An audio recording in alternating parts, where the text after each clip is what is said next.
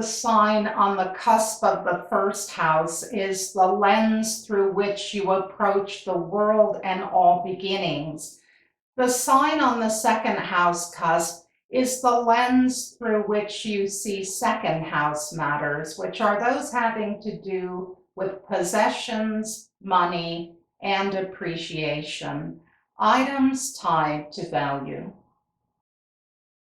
Money and possessions are an obvious value system.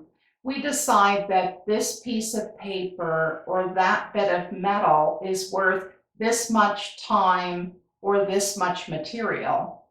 Possessions are in this house because they can be turned into money and bartered. This is the first earthy, reality-based house in the wheel.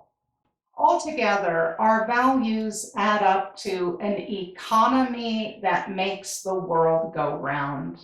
Remember, this house is overseen by Aphrodite Pandemos, the Venus that rules Taurus, and she's nothing if not pragmatic.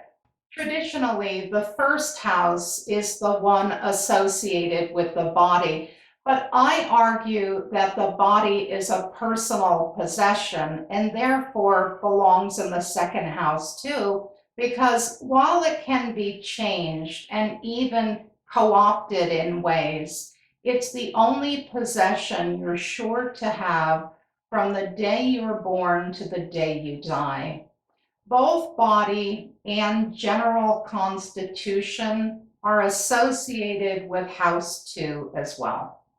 All this is the material side of the second house. The sign on the cusp of the second tells us a lot about our material experience of the world, such as how we feel about money, our eagerness to amass it, how we manage it, even our opinions on what is the right economic system for a society to adopt.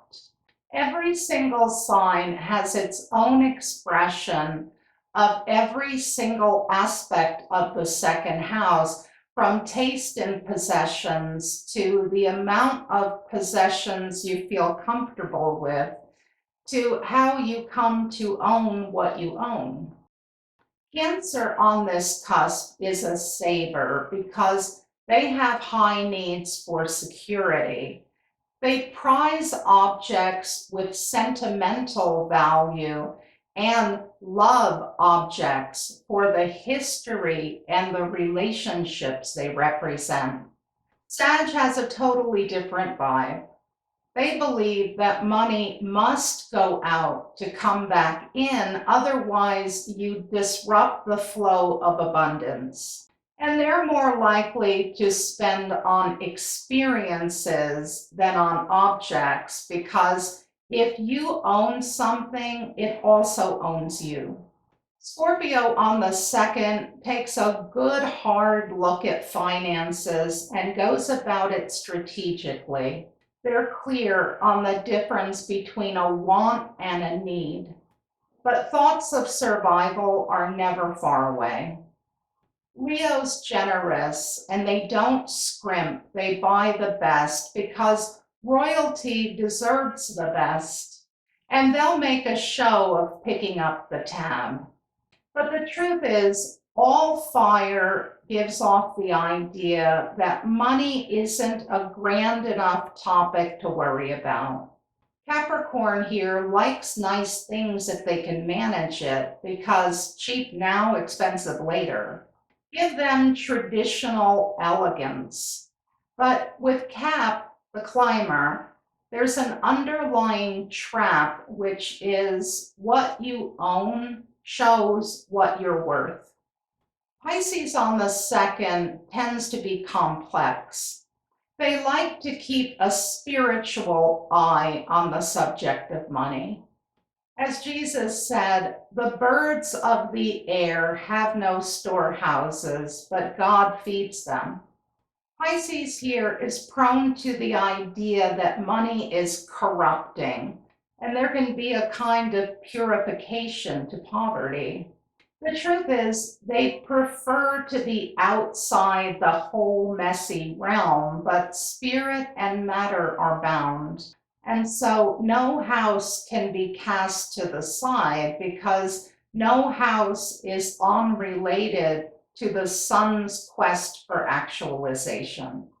Pisces on the second does well to learn that money actually is neutral and receiving it is another form of receiving love. Taurus on the second spends for quality and comfort, things that are sturdy and tasteful and lasting. Money is for practical matters, but for enjoyment as well. And Taurus here never seems to feel guilty about riches. When it comes to making money, Aries on the second works for themselves. They go out and hustle.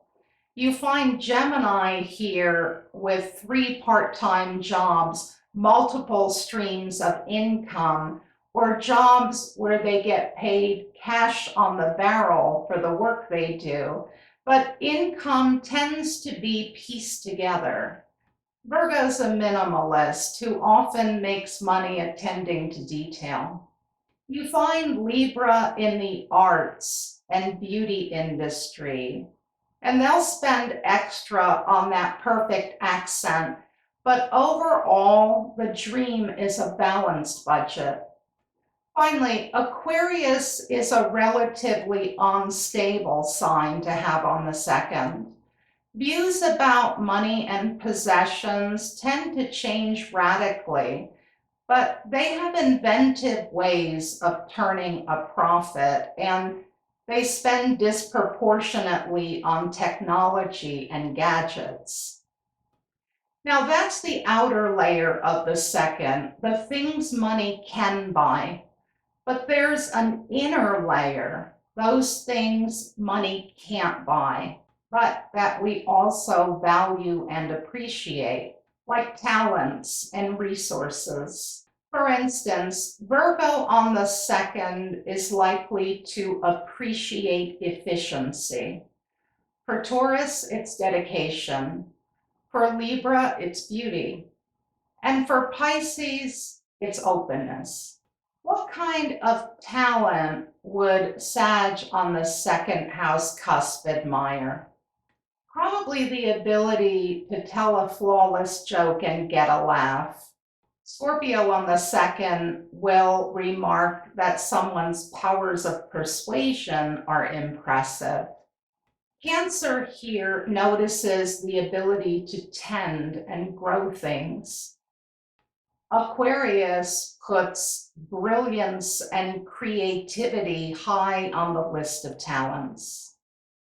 You have to understand that the sign on the second always tells what you value both in others and in yourself.